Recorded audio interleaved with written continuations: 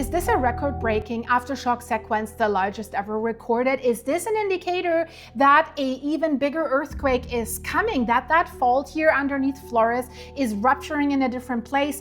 Already so much devastation. Is more to come? Very, very strange things are happening, and I have looked into this for you guys. The earthquakes that I'm about to show you, it's intense, guys, and it's unusual.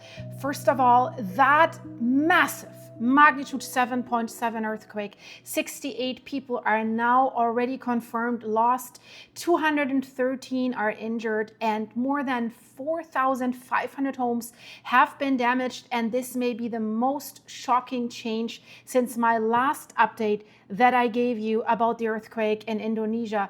Around 19,000 people have been now forced into temporary shelters, not 5,000 anymore. But the thing that is on the map that we keep seeing every day happening since then, that's the real thing where we're saying, whoa, wait a minute. So 19,000 people, guys, this is a lot.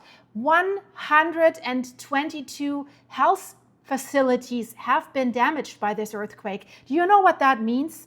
252 schools, 84 places of worship, and rescue teams are still working through collapsed buildings and landslide zones. We know what that means. These numbers, they only know one way, unfortunately. We've seen it in Venezuela. People in some isolated communities are struggling to get clean water, food, and medical care. You see the videos behind me. This is absolutely crazy. But while the disaster above the ground has become dramatically worse, something very unusual has been happening and is happening underneath Flores in Indonesia, because the BMKG has now counted. BMKG is like the USGS for this country.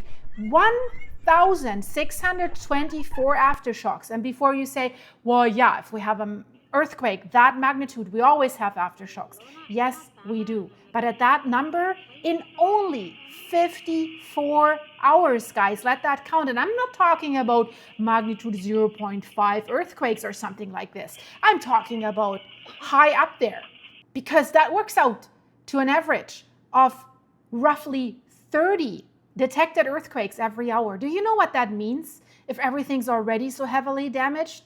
About one every 2 minutes. So what is going on there? What is going on? And here it comes. When I started comparing to what is actually going on right now at Flores with any other major Indonesian earthquakes that have happened before in the past, I have to tell you, I found something that I really did not expect. That's why I'm making this video, and I have to let you know about this. Flores has already surpassed the entire 7-day aftershock count of another almost equally powerful Indonesian earthquake, the 7-day aftershock count. We're talking about 54 hours here. In barely more than 2 days. This is how crazy this is. So what exactly is happening here right now? Is this turning into some kind of like record-breaking aftershock sequence, or is there more to the story? And the answer is definitely not as simple as that. I can tell you this already. There's one detail hidden inside that enormous number, 1,624, that, in my opinion, changes it completely how we have to look at that sequence. We have to look at that sequence from a different angle. And even after that correction, Flores still looks extraordinary, just for a completely different reason, guys. The latest BMKG count I can verify was published on August 17th. They had detected 1,624 aftershocks, ranging from magnitude 1.3 to 6.2. 23 of those were above magnitude 5. 59 were strong enough to be felt.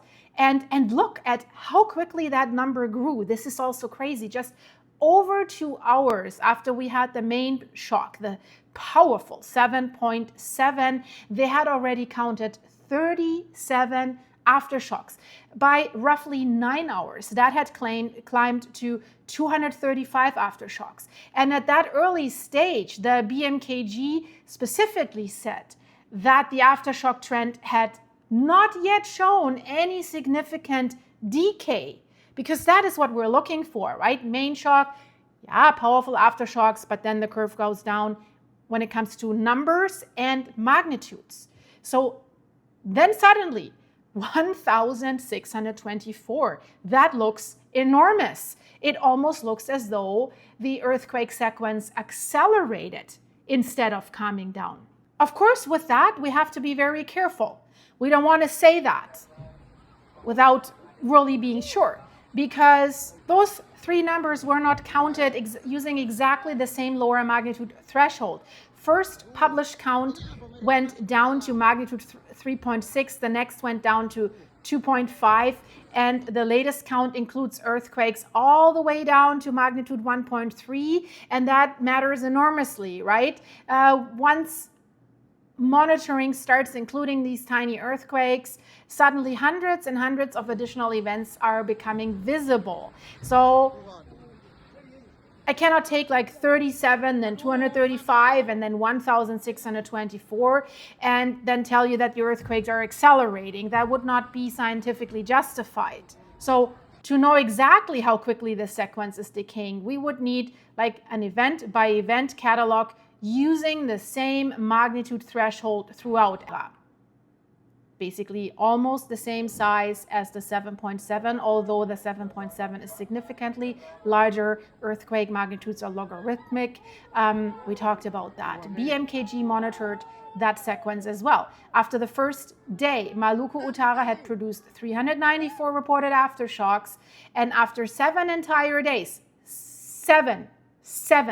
1,378.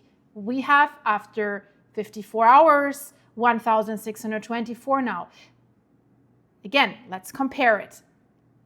So in just over 2 days, Flores has already passed the published 7-day total of the Indonesian earthquake. That is 0.1 points smaller. And exactly here we need to look very, very closely, because this is the point, guys, where it's starting to look seriously unusual. Really. And I want to be very precise here. It does not prove that the Flores earthquake physically produced more earthquakes under identical conditions, because like catalog thresholds and detecting completeness can differ here. But guys, this is the same country. This is the same national monitoring agency. It's the same year. We have 2 magnitude 7 plus classified earthquakes, almost the same size. And operationally, Flores is producing an extraordinary amount of seismic activity. And the Maluku Utara earthquake is not the only comparison that we can bring here to the table. After the devastating Palu Donggala earthquake that happened in 2018, also reported as magnitude 7.7, same monitoring system. BMKG's contemporary release counted 76 aftershocks by roughly the first 10 hours. Flores had 235 in about 9 hours.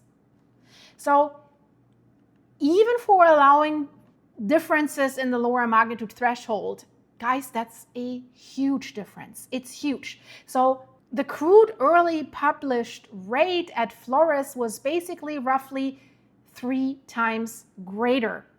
Okay, the obvious question that we all have in our heads right now, and let me know if you do, did Flores actually break some kind of earthquake record?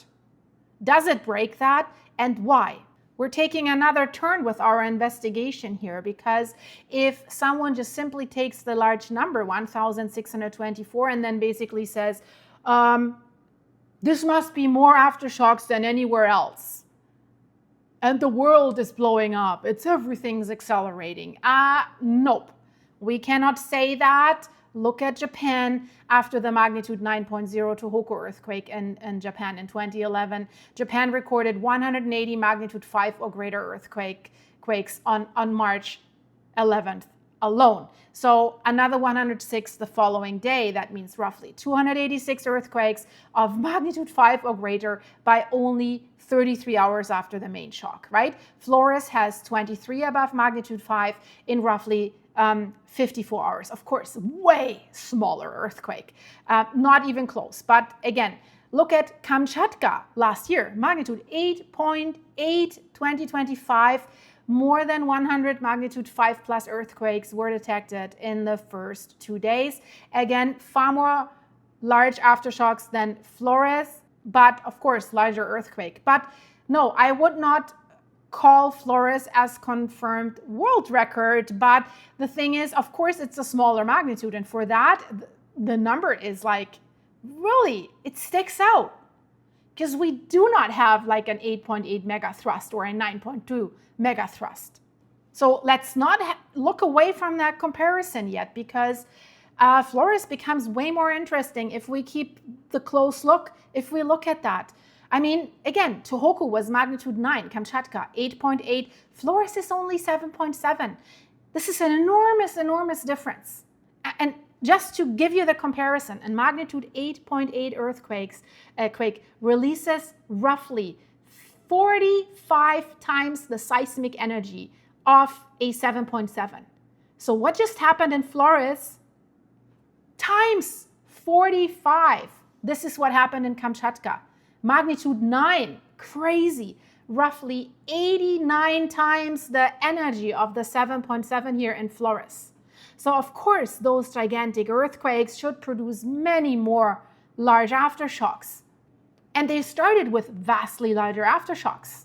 And once we consider that difference, Flores begins to stand out again.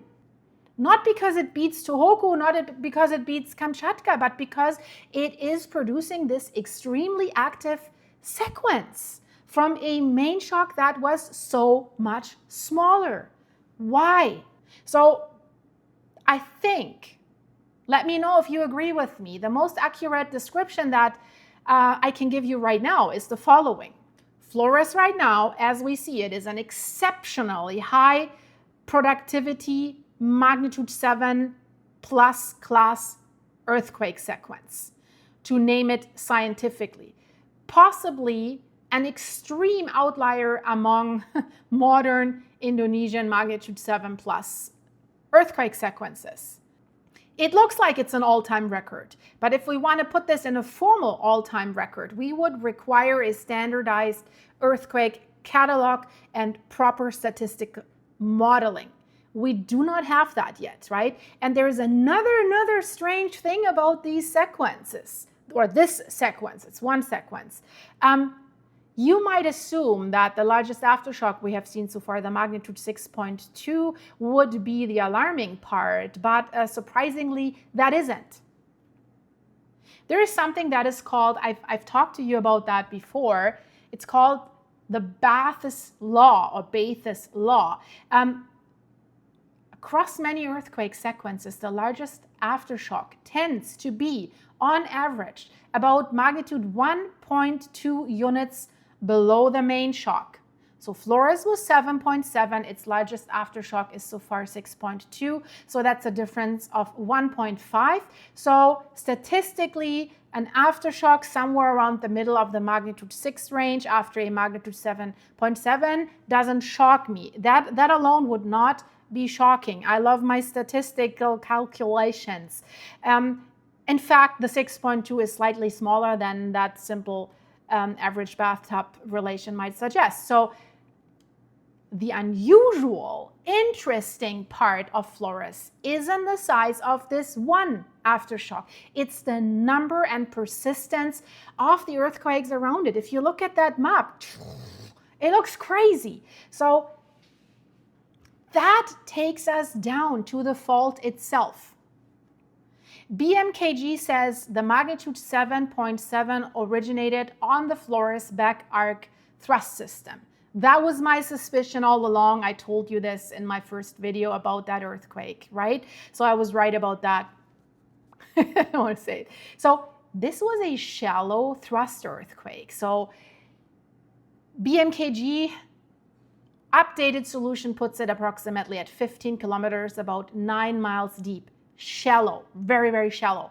And that fault geometry may help explain why we're seeing such a complicated aftershock sequence, because this does not necessarily have to behave like one clean piece of fault that is breaking and then simply relaxing. A major shallow thrust rupture is changing the stress around this rupture. We can have nearby branching faults that are around this, and they can respond to this stress change. They can be triggered. And then one of those other earthquakes, the aftershocks, particularly a magnitude 5 or magnitude 6, can also redistribute stress again, and that can create basically its own secondary aftershocks. So not only from the 7.7, so essentially one generation can trigger the next generation of aftershocks, basically a cascade. And we have a very segmented system here, the Flores back arc thrust. We have several different clusters that can potentially be active at different stages of the sequence. And the next update will be much more important than basically simply look at the total counter of earthquakes climb. We will see something way more important. So I don't particularly care whether the next headline is like 1,700, 1,800, 2,000 earthquakes, if most of those additional earthquakes are extremely small. If they are, the numbers I want to look at now and that I want to see are the larger earthquakes. 23 above magnitude 5 so far. Does that rate start dropping sharply? Will it drop sharply? Or do significant earthquakes continue through the next several days? That makes a huge difference, because those larger events are much more harder to explain away basically through like changes in detection sensitivity. And there's something else that I also want to watch closely. Are they moving? Where are these large earthquakes moving, or are they moving?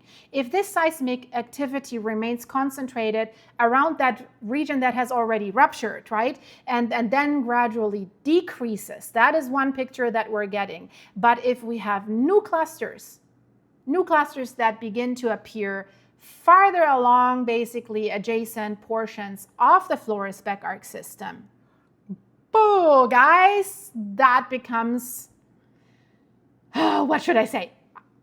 I worded softly. Way more interesting. That could indicate that neighboring fault patches are basically being activated rather than the sequence simply fading around the original rupture, fading off. And there's one threshold that would make a big change. If we see another magnitude 6.5 or even a 6.7, that would be dangerous. I tell you this right away, especially now that thousands of buildings have already been damaged. And if this keeps shaking, it can be worse, way worse. But again, I want to say, even if we do see an earthquake that large, it could still fall within the statistical behavior of an aftershock sequence following a magnitude 7.7.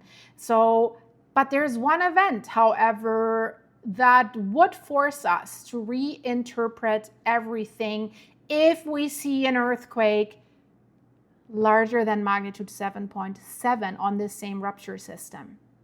Usually that doesn't happen, but look at Venezuela, 7.2, then 7.5. I mean, 39 seconds apart. If that happened, that we see another one rupture, then the earthquake, the 7.7 that we spent the last days calling it the main shock, would actually no longer be the main shock. It would become the foreshock. At Tohoku 2011, we had foreshock 7.4, I believe, something like this, right? So don't think, oh yeah, because it's 7 point something, that's the main shock. Unfortunately, no. But let me be very clear, there is currently no evidence that this is about to happen. Nobody can look at these 1,624 aftershocks and predict that a larger earthquake is coming. because this is how it works. Scientifically, of course, that's the threshold that would completely rewrite this earthquake sequence. And meanwhile, above the fault, the consequences of what has already happened, they continue to grow. The numbers are going up, right? Many people have their homes still standing, but they're afraid to go back inside while the aftershocks still continue. Makes sense, right? Your building might be severely damaged. You don't want to risk it. Rescue and aid operations are still complicated by landslides, damaged roads, or difficult terrain. Actually, the news reports people in affected communities are struggling with shortages of clean water, food, medical help, while rescue teams continue searching the damaged areas. Also, I want to make sure, because of these aftershock sequences, there is no new tsunami warning in the latest authoritative information that I have just checked. They ended the original tsunami warning shortly after the magnitude 7.7 earthquake. Largest wave was approximately 1.605 meters, meter 60. That is almost the height of like I would say a smaller person, woman. About 5 feet 3 inches. This can be very, very bad. So at this point, the thing I'm watching most closely is not another tsunami or something. It's what that fault system there. What does it do next? Even the number of the aftershocks isn't the most important thing. Next really important number could be 24. Remember, 23 aftershocks magnitude 5 plus. If we see another one, and then the next one. If these larger earthquakes continue at an unusually high rate, the case that Flores is generally producing an exceptional physical aftershock sequence becomes much stronger. I will keep you updated about this. But guys, you should see what Mount Etna is doing. And just today, we had another vent open at Mount Etna. And we had mysterious events happening, from sudden drops in earthquake activity and then a 3.9.